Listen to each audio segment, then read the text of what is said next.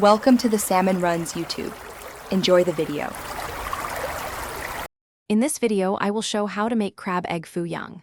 First, gather your fresh ingredients like succulent crab meat, large eggs, and your favorite crisp vegetables such as bean sprouts and green onions.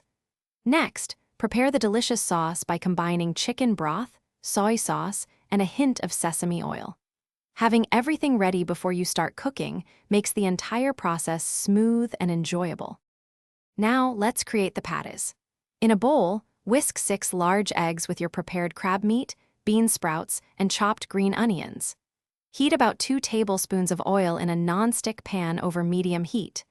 Spoon about 1/4 cup of the mixture for each patty, cooking them until they are beautifully golden brown on both sides, usually 2 to 3 minutes per side.